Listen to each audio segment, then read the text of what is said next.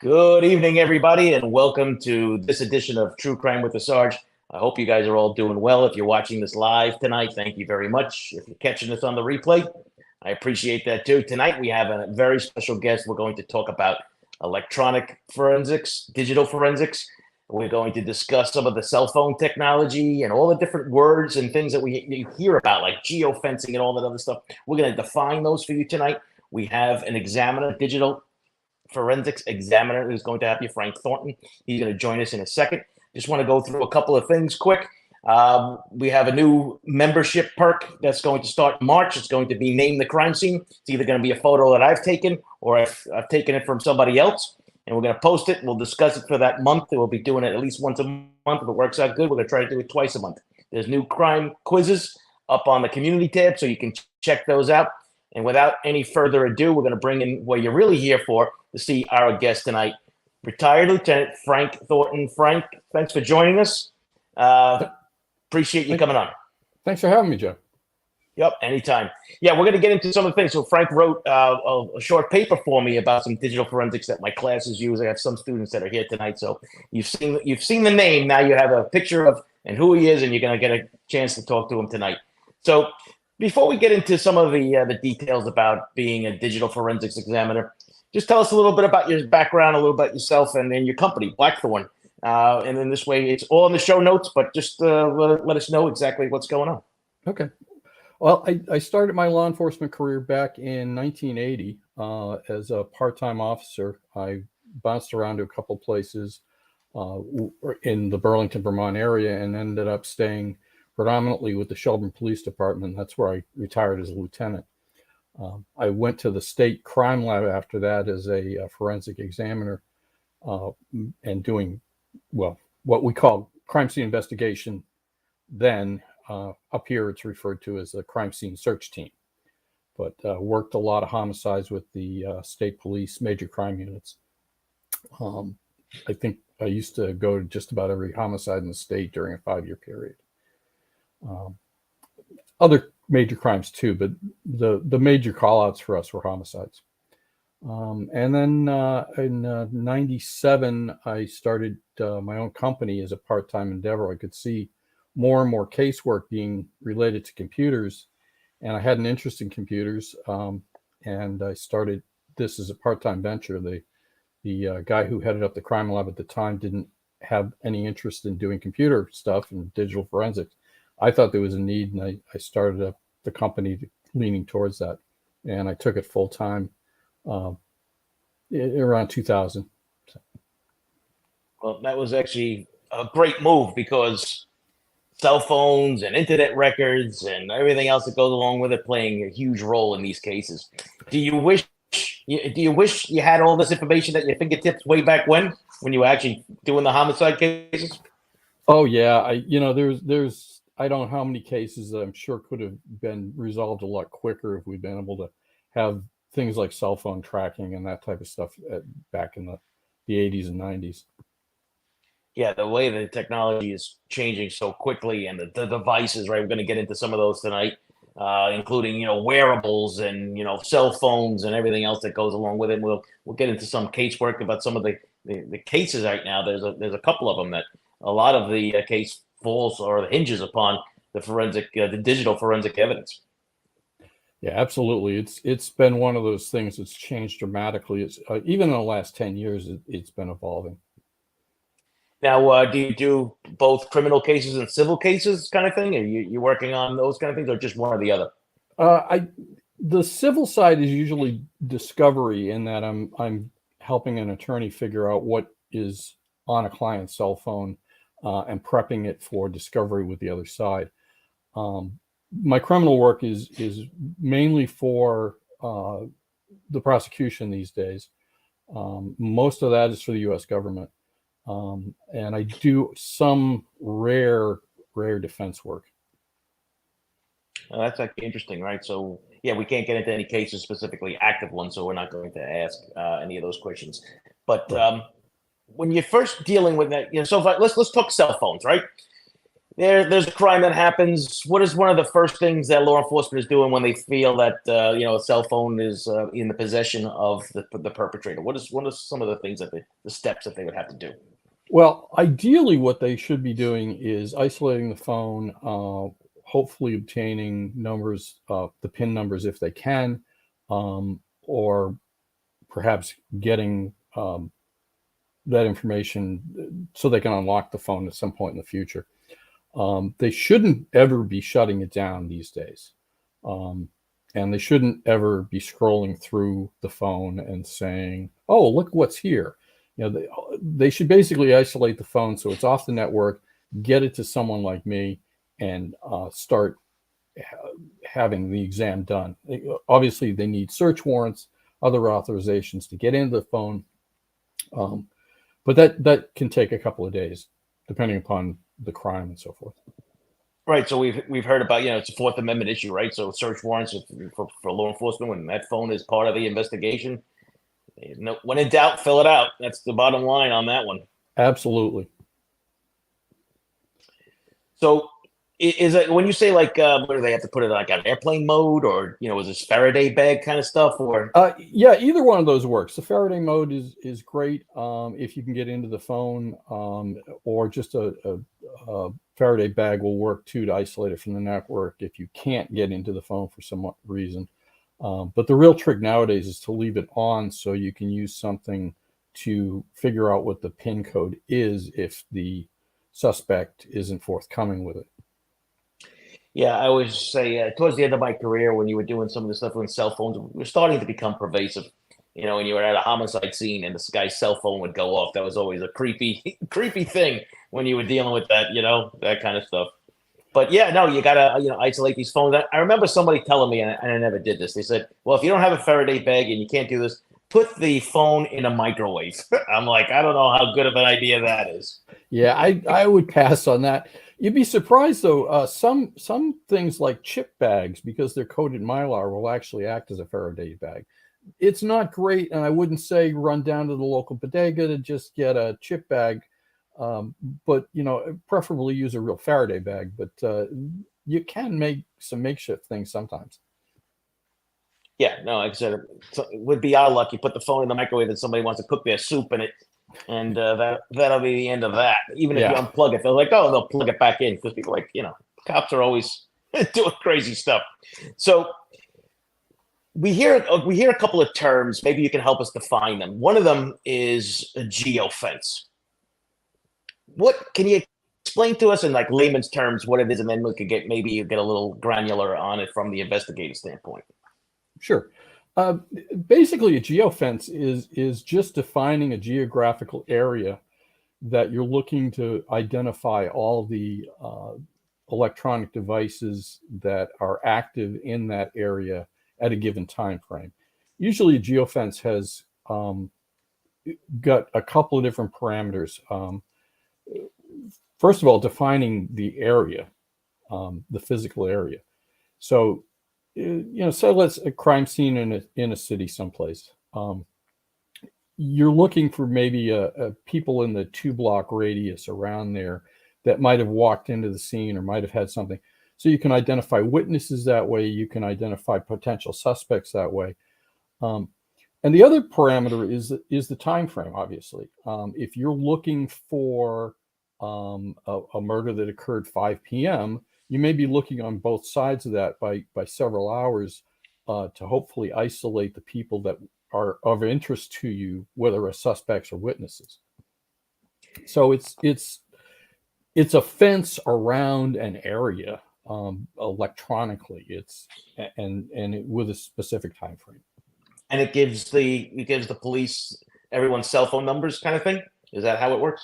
Yeah, well, it depends on what they're looking for. One of the more popular ones is to look at who's checked in on Google, because Google accounts are active a lot, even when you're not actually searching on the phone. They will record as they're going through different areas. Interesting. So, is that part of a different type of subpoena or search warrant to get that information to do that, or that come with an automatic subpoena, to the cell phone company? I mean, the language is pretty standardized, but you do have to obviously list things like the crime and the dates and the times and all that kind of stuff. But I mean, a lot of these search warrants nowadays, or subpoenas, depending upon what you're going for. But a lot of those very standardized language nowadays, because you're looking for all the usual stuff. You're looking for the text messages, or you're looking for the Google searches, or you're looking for other web searches, Facebook accounts, all those kinds of things. So there's a lot of stuff that just gets thrown in there because you're trying to get everything, including the kitchen sink, out of the suspect's phone. Now, with these geofences, is the data coming off the cell towers or with the triangulation, or is that something totally different? Usually it's a combination of things. It's the cell towers, because obviously cell towers can cover different areas. It also, you can do some triangulation, and that gives you the areas that you're looking for. And as we were talking before the show started, trying to figure out the triangulation is something that can take a little bit of effort by the company and the cops, depending upon what you're trying to do. But that you actually need to do a triangulation, you need to do 3 or more towers. You can sometimes do it with 2 towers, even 1, but it gets really a little skimpy as to how accurate your information tends to be at that point. Now, is it better for police if the situation is more a rural area where there's less likelihood of having people out there at a specific time, or a place like New York City where there's just millions of people could be tapping off on that one cell tower? Well, it varies, and I'm not sure which one's better or worse. I do a lot of rural up here in Vermont, but I've also had some cases down in New York City where we were working cell phone tracking, and you've got more cell towers, more base stations that you're operating off of, so you can track a little bit more. But sometimes it gets a little bit, you get into concrete canyons and you lose signal. I'm sure almost everybody down there has experienced that at one point or another. So it can get a little tricky as to where you're tracing from and to, and where did things go off. It happens the same thing with rural areas, but we've got 1 or 2 towers you're working off of. It's pretty limiting. Now, is the technology at the place where the police can say, give me every cell phone that's attached to this tower at a specific date and time? Can they do that? Can it get that down to the nitty gritty? Oh yeah, I mean the cell tower records are amazingly detailed, and there's an amazing amount of information that gets tracked through on the cell network. So yeah, if you say I want a 2-hour period, that everybody that was on this tower at that time, either making phone calls or using it for data downloads or texts or whatever, you can get all that. Wow, that's actually kind of interesting. And so many people are addicted to their phones. There's a good possibility the person you're looking for was looking at it or doing something with it at the time of the incident happened. I mean, people are just glued to these things. Yeah, exactly. So that actually becomes a treasure trove of information for the police, right? The more somebody's on it, the better the chances of getting that information from them. Right, and that's what you're looking for with the geo search and the geofencing is to see who's been in a particular area at a particular time. Right. So is this the kind of thing that they did in the Idaho case with the Brian Kohlberger thing? Is that the kind of technology that they were using? Yeah, I had read through the affidavit on the arresting officer today, and they did in fact do some searches and checked on his phone activity. Excuse me. His phone, they actually figured out from his. They had traced the white car that had been seen in the area. It seemed to be associated with him. They did some further checking and found out he'd been stopped on a traffic stop some weeks prior and had his phone number listed on the traffic ticket. So they were able to work backwards from that and then see if he'd been in the area. It's always interesting, how many some of these big cases are actually broken open over either parking summons or a moving violation.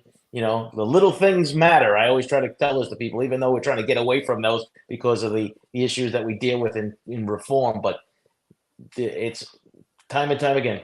The Son of Sam case, classic example. The parking ticket. Right. Yeah. Yeah, that was the one I was referring to too. I mean, big cases, and it's in the Kohlberger case, same thing. So how, so if you can walk us through a case like that. So if you had let's just say, and we'll talk in general terms, right? Because we don't know all the facts in the case, but this is the kind of information you have. What do you, as a digital forensic examiner, what's your role in this? How do you go about tackling a situation like this?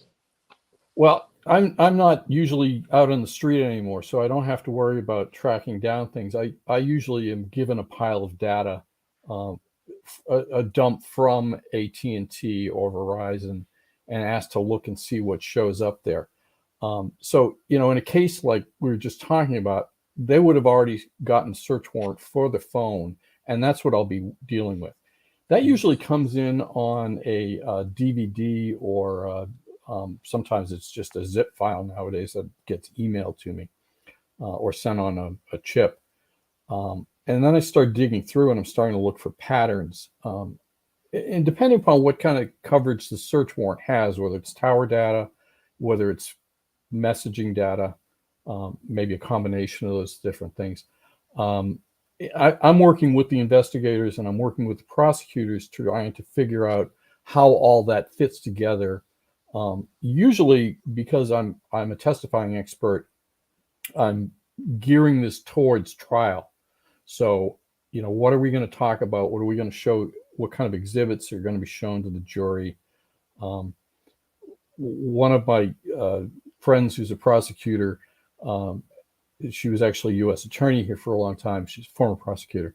But she keeps a map in her office that I had done up for one of our early cases that showed a bunch of towers going cross country with this gang that was dealing drugs between New Hampshire, Massachusetts, Vermont, out to Chicago. And we had identified all the tower data that the particular ringleader of this gang was using. And so that's the kind of thing that I'm typically working towards getting to see if we can get something presented for trial and obviously something for the investigators. Yeah, it's actually pretty amazing when you're looking at the, when you're looking at the Kohlberger case and how they actually have the maps and they know exactly where he was at specific times. And there was even times like, let me ask you a question. So the police have said that there were times when they shut the phone off, right? Where he allegedly shut the phone off. And, how does that work? Is that once you shut the phone off, is it really, you can't trace it? For the most part, yeah. I mean, if it's put in airplane mode or if it's turned off, completely shut down, and not just the screen's dark, but completely shut down, powered off, the phone is essentially invisible to the network at that point. I've heard people say that if the phone's off, somebody's up to no good. Well, that may be the case, but it's supposition at best. You can't say what someone was necessarily doing because the phone was off, or even infer that they were doing something guilty. But that's the kind of thing that is left to the jurors, and hopefully they can make whatever inference they want to at that point. But for someone like me, all I can say is, well, the phone wasn't on the network at a given time. And then it disappears at this time and it reappears at this time, and the place based on the tower data, I can say.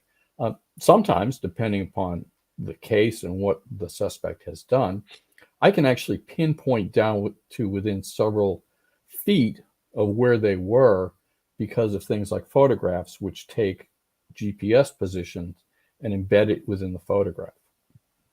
So, wow. Those are always good.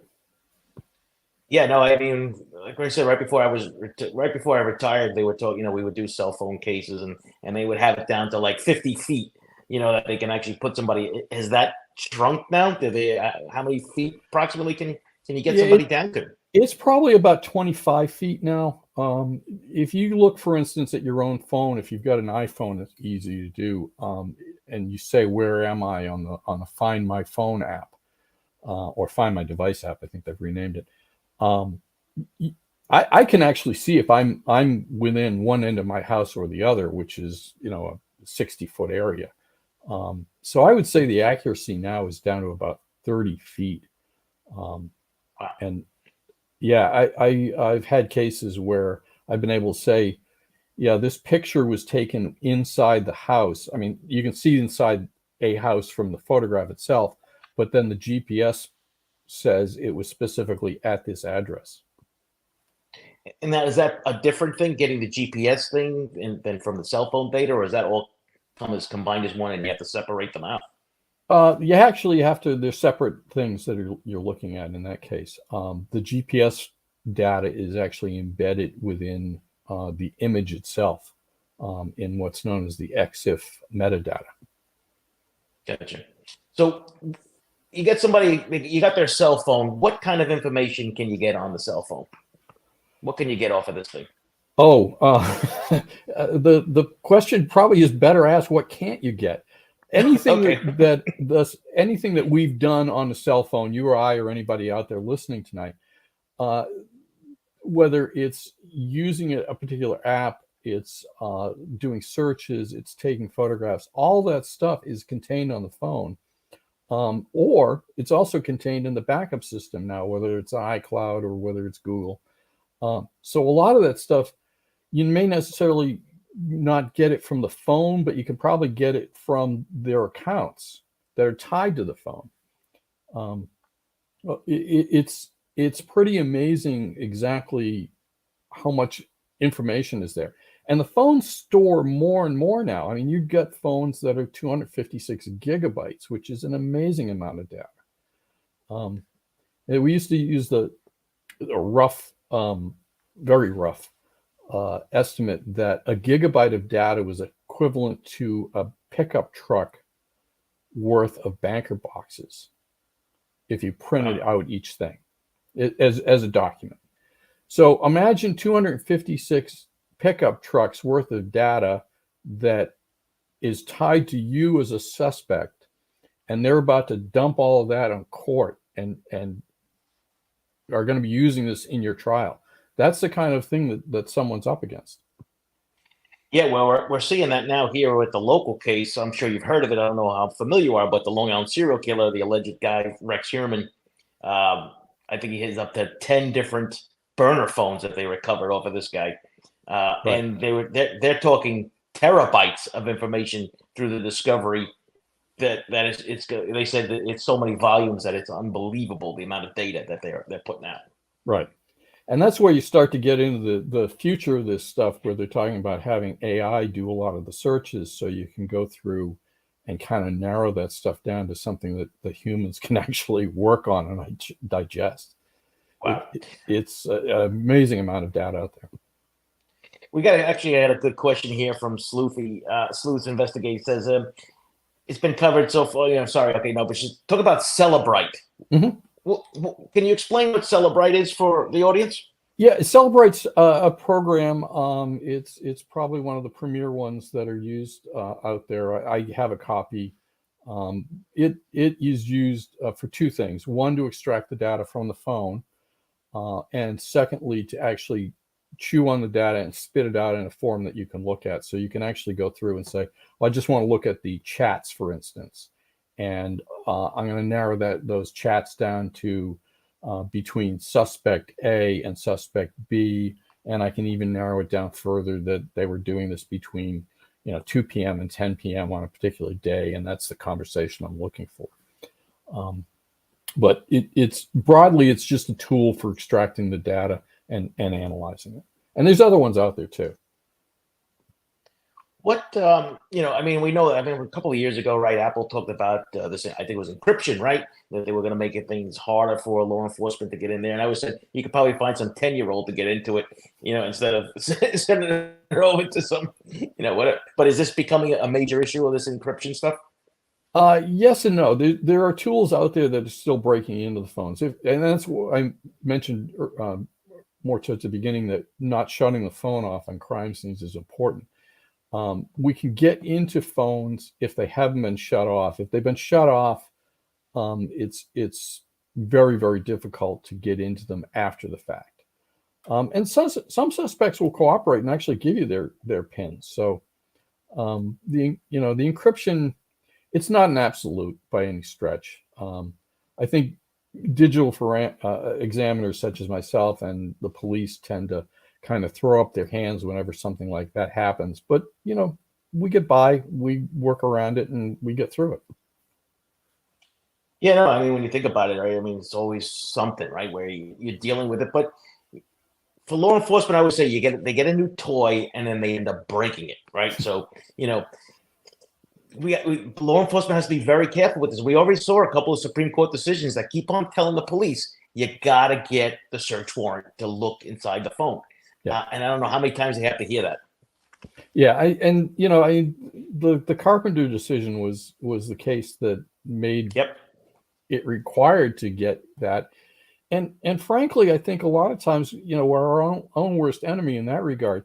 People should have been getting search warrants beforehand anyways. And now, you could have probably gotten around it with exigent circumstances in a lot of cases. Now we're locked into search warrants, absolutely. And that's the kind of thing I think with a little forethought, people could have not had to deal with the Carpenter decision. When in doubt, fill it out, right? That's the whole thing. And Exactly. I'm never a big fan of the consent issue too, because as well as I do, once they find what you want, now it becomes, I was coerced, I was tricked, the defense. Just get the warrant. That's my best advice for investigators right now dealing with this kind of evidence. Would you say yes to that? Oh, absolutely. I used to say that about doing crime scenes. You can have a crime scene where you're going to walk in there and the person on the scene is cooperative to the nth degree, and something may change at the drop of a hat. If you don't have a warrant, you're out on your butt waiting for a judge to show up. Get it done beforehand. Yeah, thank you. Right. I've actually said this on a number of times. I'm on TV and I'm trying to explain to people that once the emergency is over, everybody out, get the search warrant. And you have people saying, well, why do you need to do that? You even have law enforcement agents go, why do I need a warrant for? The person saying, get the warrant, right? Because there's no do-overs if you screw that up. Right. So we actually have a good question here. It says, what about deleted data? It says, I can hear you can retrieve some data, and I also hear some you can't. And both of those are true. You can retrieve a lot of deleted data depending upon when it was done and how old it was and that type of thing. But sometimes it is just gone forever. And there are apps that try and do that specifically, that try and delete their data as they go. The fact that those on there, sometimes people are just privacy nuts that really want to make sure that their data is private. Other times it's for nefarious reasons. And again, that's something for a jury to decide. Right. I think we saw a little bit about that. It might have been, I think it was in the Adelson trial. The one is down in Florida. It's about this whole family that may be involved in the homicide of this one woman thing. But she would send out a message or a text message and then delete it afterwards. And all of a sudden they're showing up on the screen, all the deleted messages. And I think everybody was like, how did you find that? Yeah. Something in like a straight messaging app or an iMessage app that is just deleted isn't gone. You really need to have something that will wipe the data in order to keep it completely private. Now, would there be evidence of something wiping the data off?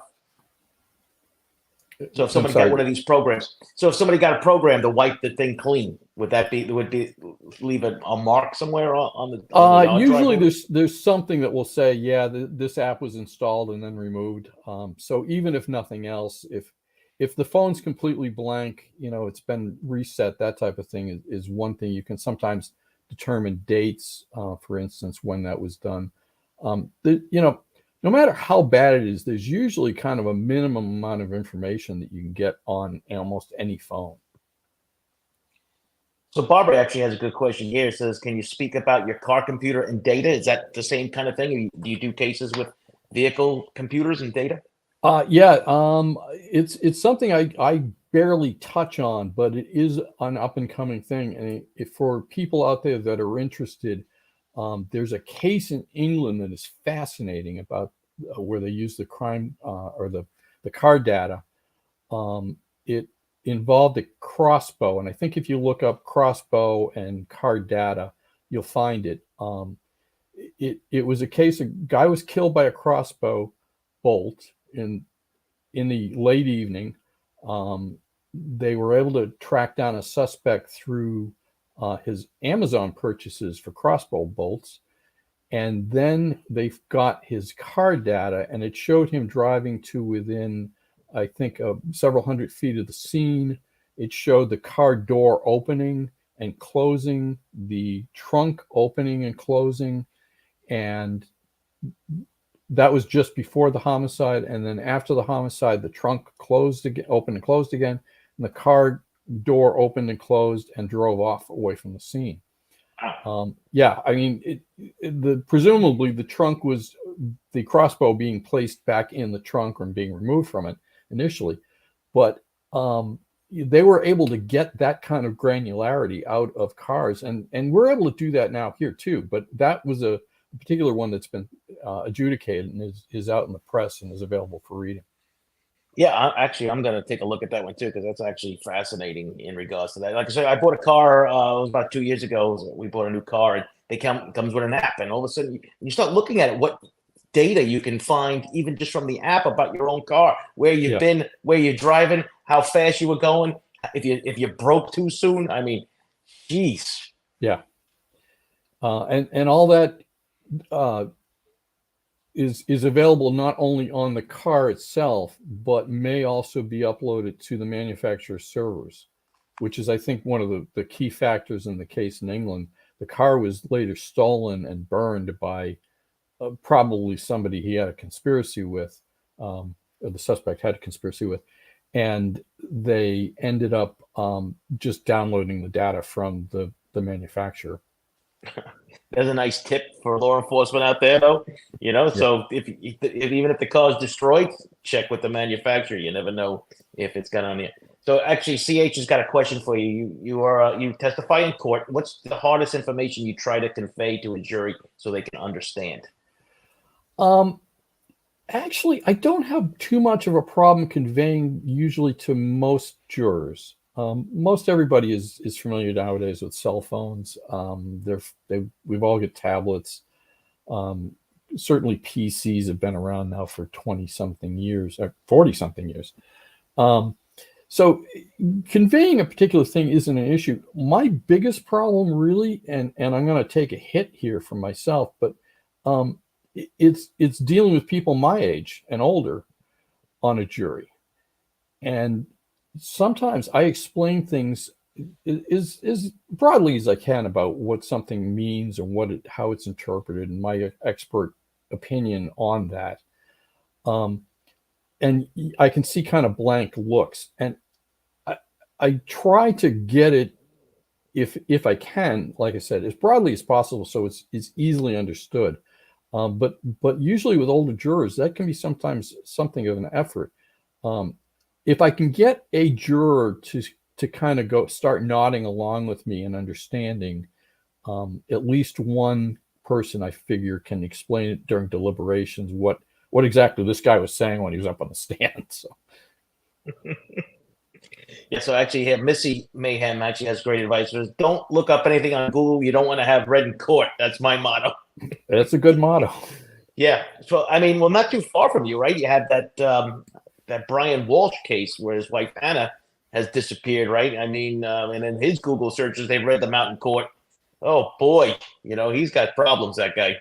Yeah, it's kind of amazing the number of people that actually will do things like, well, the Long Island serial killer is allegedly done searches on why can't they find the Long Island serial killer. That kind of thing when presented in front of a jury is not going to be, it's going to be kind of damning. Yeah. Well, I don't know how familiar you are because it's not too far. It's right in Boston. But one of his searches was, how do you stop a body from decomposing? I mean, that's, dude, your wife is missing, and this is what you're searching for. Yeah, yeah. Yeah.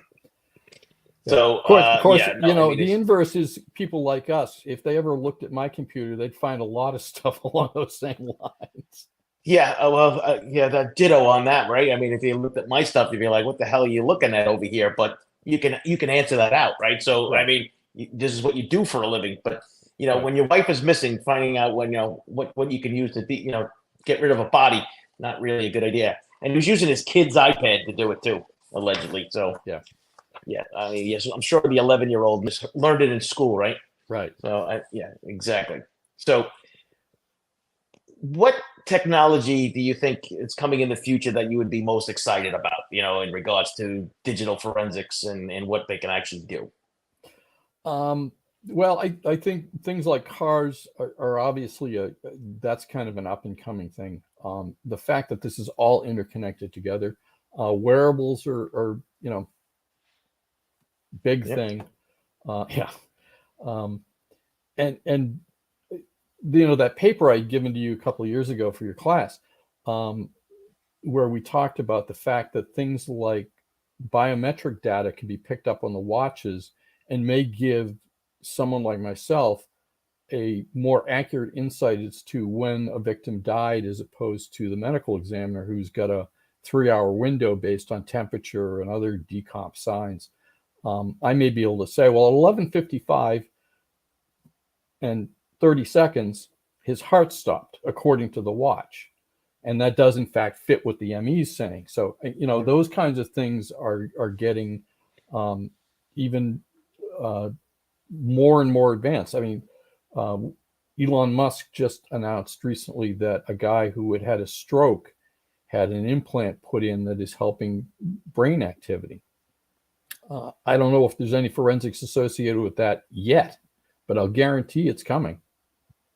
Yeah, no, it's amazing, right? Some of the technology when you think about it. Yeah. But yeah, no, I mean, for estimated time of death, also provide you a bigger pool of suspects too, right? Because now that opportunity is narrowed down to a much closer time frame than say within a few hours.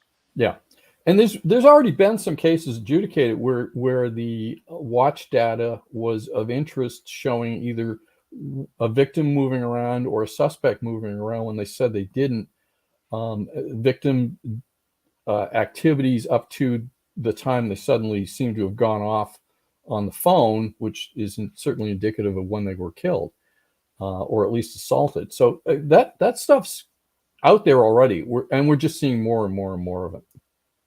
Right, and even think about it. Even if you think suspect is slick, they might leave their iPhone at home, but they might have the iWatch still on attached to their wrist, and it's still trackable, right? Absolutely. My phone, for instance, if I leave it at home, my watch picks up and acts as a phone when I'm more than a mile away for something like that. And I've more than once realized, oh, geez, I left my phone at home, but I got my watch. I can make a phone call. I can receive a phone call. So that so it was it the Gerald Corrigan case? Is that the one that you were referring to? Do you think, does that name ring a bell? That may be familiar. I mean, I think Angsley was one of the people involved, was the name, but I'm not sure. Okay, yeah, because there's some people are looking for it because, like I said, there's interest is peaked now because that becomes an interesting tidbit because we had mentioned before about Rex Sherman, the Long Island serial killer. They actually had the original truck that he had. He had this green Avalanche that he'd given to his brother down in South Carolina. Right. But GM had the OnStar back in the day, but that was just missed. I think it was a 2013 version, and I think they didn't keep the data for OnStar, or didn't have OnStar. But that would have been an interesting little tidbit there too. Yeah, and that's actually one of the things with these long historic cases where it's gone on for several years. You're actually having data drop off where you can't get it anymore because a provider just has, a 3-year window or a 7-year window or something where they keep the data.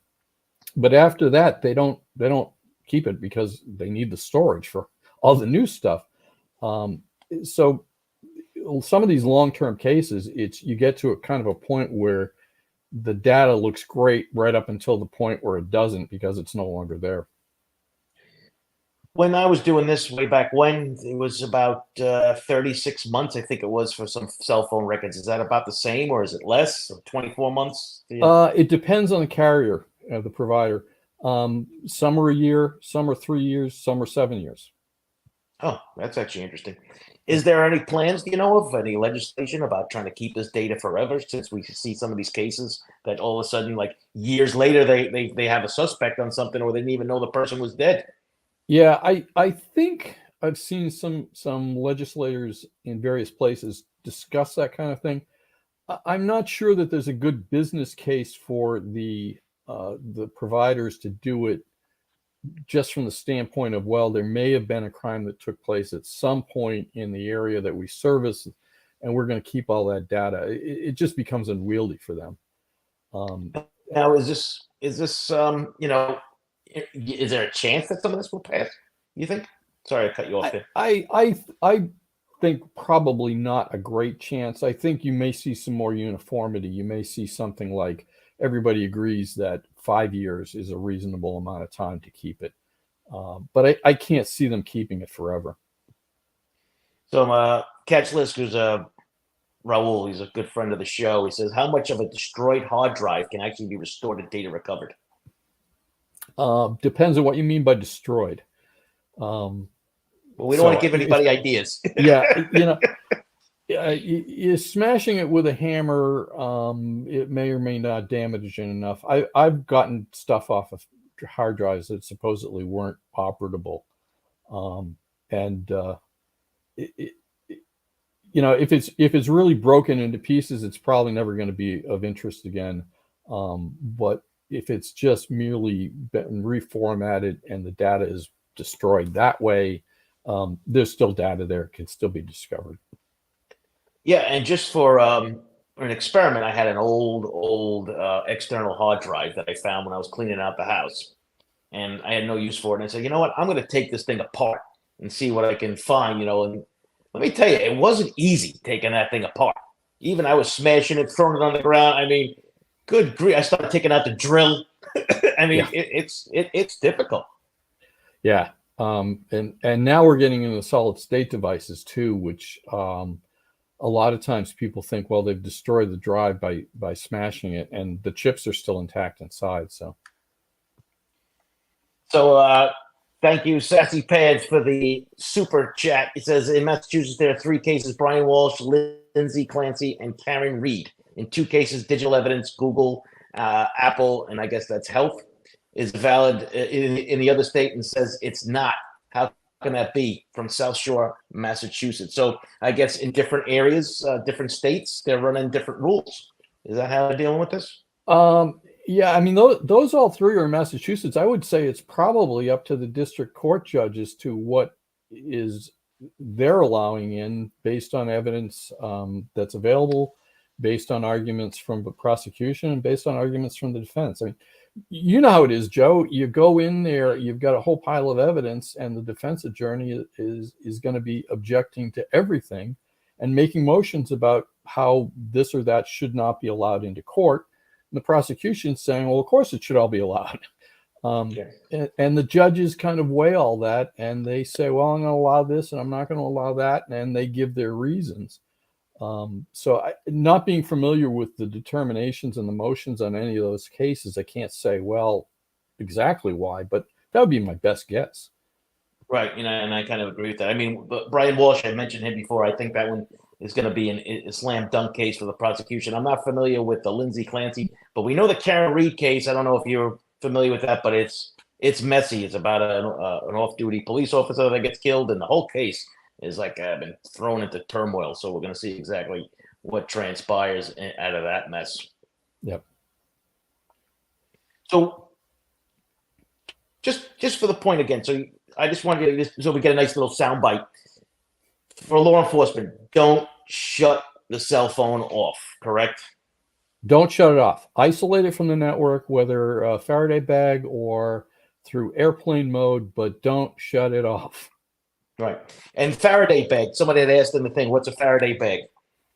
A Faraday bag is basically a bag that has a metallic lining, and they are usually kind of a mesh metallic lining, and they don't allow radio signals to go in or out, which isolates the phone from the network. Raul's making me nervous here. He says, how deleted are deleted files?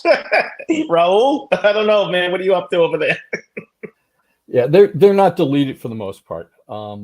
You actually have to go in and use wiper files, and I'm not giving anything away here. Wiper apps that will wipe data before data is wiped from the hard drive. So how many times do you think you've testified in court now as the digital forensics examiner now? Actually, probably about a dozen, maybe 18 times. The number of cases I work on typically 100 a year or so, and I will do maybe one where I actually testify at, because most of the time people get overwhelmed by the prosecution and just say, yeah, I'll plead to something. So I really don't testify as much as I kind of like to, but that's the way of the world now. I think they're saying that something like 97% of all cases are settled through pleas rather than actual trials nowadays. Yeah, and like I said, the cell phone data and the internet stuff is pretty damning. I mean, like I said, I know I mentioned before, but that Brian Walsh defense attorney, my God, whoever he or she is going to be up all night trying to figure out how to make that stuff disappear. Good luck. Yeah. Good luck with that. I mean, holy cow. I mean, at a certain point, you have to just kind of throw your hands up and see exactly what transpired over there. So between, I call them the three forensic horsemen: cell phone data, internet data, and video surveillance. Is there anything you would add to that list of digitals or video stuff that are helping law enforcement close cases faster these days? No, I mean, that pretty much covers it. The thing about the digital data, for instance, though, is that it is really getting to be almost in every device you look at nowadays. I mean, there are light bulbs that work off Wi-Fi. You can control them that way. So, you get to that point. The interesting thing, I think, for guys like you and I that are still out there doing this on crime scenes is going to be not so much do I need to grab the computer, is what don't I need? How much of the house am I actually taking away? Especially with smart houses nowadays, where the lights are all controlled. The TV may be operating off of something on the internet. All that stuff becomes potentially digital evidence, especially for things like alibis, where the guy says, hey, I was at home, I was watching TV, and I was on Netflix. I was, Netflix and chill, and that's where I was. Nowadays, the cops can grab the TV and say, okay, was this in fact turned on to Netflix during that time period? And was it in fact the show he said he was watching? I mean, you can get down to that kind of granularity. So it's everything nowadays. And, maybe it will prove someone actually is innocent of something, or it may prove that they weren't in fact where they said they were at the time. Yeah, I always used to love that. I was home watching TV by myself, and back in those days, it was channel 2, 4, 5, 7, 9, 11, and 13. Right. That was it. But now, if you use that as your alibi that I'm home, like I said, you just said you opened up Pandora's box. We can actually look at it and then say, did you order any food? Right, and then you can ask them a million questions on that too. Yeah. So and look at the DoorDash app on their phone to see whether they did in fact order it. It's pretty wild when you think about it, and it's it. But this is all a lot of work. But it's also about training, and it's also about even the knowledge that this stuff exists. So, for instance, when you talk about that home network, how important is the router to take in a situation like that? Is that an important piece that law enforcement should be looking at? The router, actually, most of those don't have a lot of memory, and they don't have a lot of information on them. What you want to be looking at, though, is the IP addresses that are associated with it and have been associated with it. And so you're going to talk to Comcast or whoever the local phone and cable provider is to see what addresses have been involved in that, because that may in fact be crucial to determine in fact if the device was used. But the router itself is probably not that big of a deal. It basically just acts as a conduit and really doesn't store much. How do they get those IP addresses then for attached to the? Is that a separate subpoena that they would? Yeah, there would be a separate subpoena for that kind of thing. And there are books out there now that you can find them on Amazon that will list how to get all the materials you want from Google, from Amazon, from whoever the providers are, depending on what you're looking for. I think there's a guy by the name of Elkins that has written several of those books, and they're available for law enforcement. They give you standardized information as to what you should be looking for and what kind of things you're going to get in return to looking at. Actually, interesting. So those books are only for law enforcement, so the general public can't get a hold of those? No, the general public can get a hold of them. All they're going to see is basically the information that we have in affidavits, and it's the same kind of thing. They basically give you blank affidavit forms. Okay, because like I said, I could see people doing infidelity stuff on their house and see if anybody else's cell phones are attached to the Wi-Fi when they come into the house. Well, there's been cases like that where a civil order gets put out, but they tend to be rare. That Google, Apple, Amazon, all those guys tend to be a little bit slow with civil process. So actually, is a great question. Rescue Puppy, how does a VPN affect collection of data? A VPN protects data in transit. So what it does is it allows you to know that no one can listen into the data between you and the person that you're sending it to, or you and the server you're talking to, if you're doing Google searches, for instance.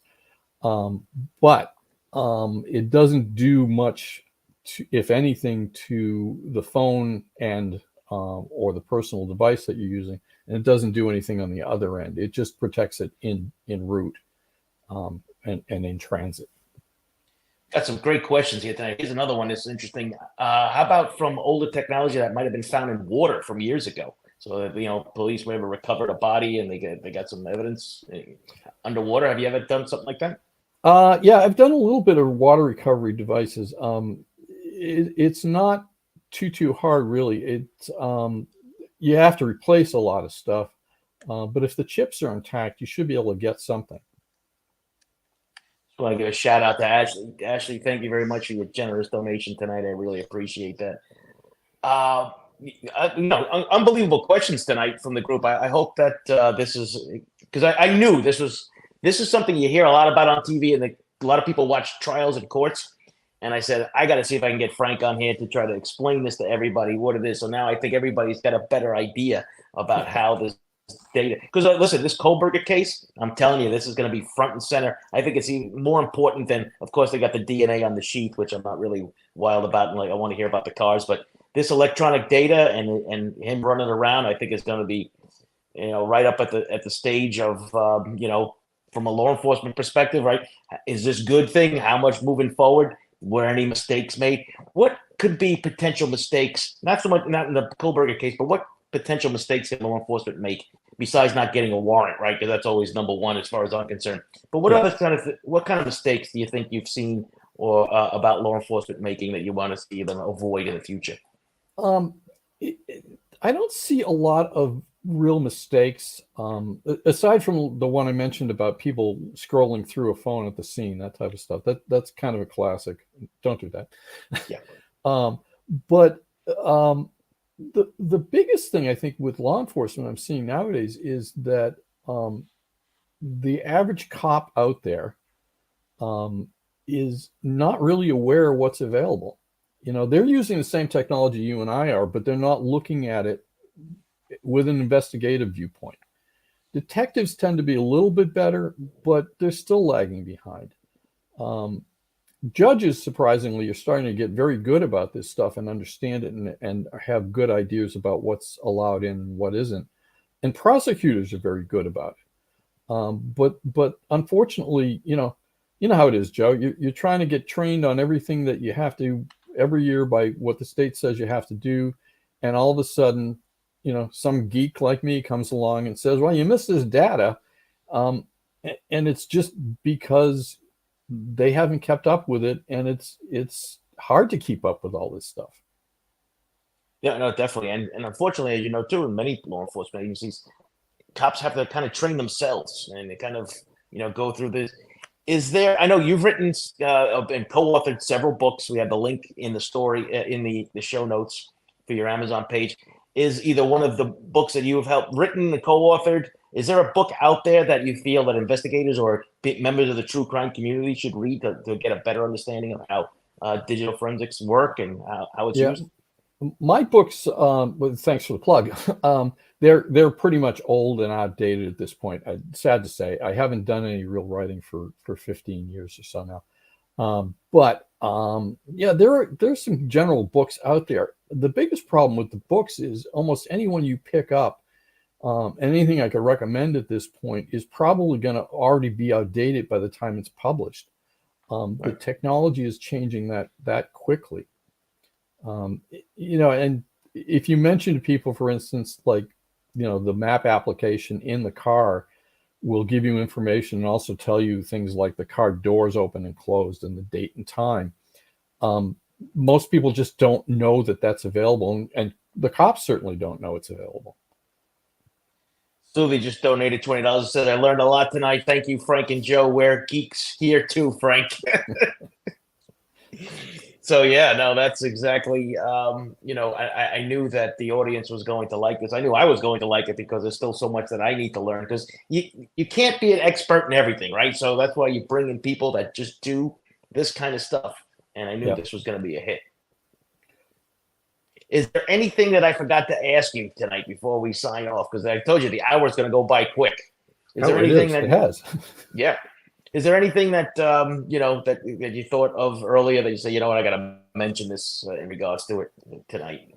No, I think we covered everything. I had wanted to get the mention about the cars in there because that is the up and coming thing, and I'm very interested in myself at this point. But if there's any last minute questions, toss them out. I'd like to hear them. Yeah, is there maybe some questions that are coming up? The vehicles is something definitely that I'm interested in, and the other thing about that case, right? So the case from the UK, I want to really delve into that, even though it is the UK, it's not going to translate totally in here. So here's a question. This might be a case specific thing, so you might not be able to answer per se. But it says someone just said that the states couldn't get into Michelle Troconis's phone. Is that possible? So there's a Michelle Troconis. That's up there too, and that's a Connecticut case. Yeah, the name doesn't ring a bell, but it is possible that the phone was entirely locked down, and if it was shut down and wasn't allowed to be on when it was collected, or hasn't been kept on in that time period, then it may be just that will take forever to get into it, and literally it could be forever, even with the breaking tools that are out there. Rochelle said, I feel like I'm in class. I learned so much here. So that's a great thing to think about. Let's see if there's any other questions. Guys, you got another minute if you have another question for Frank before we let him go for tonight.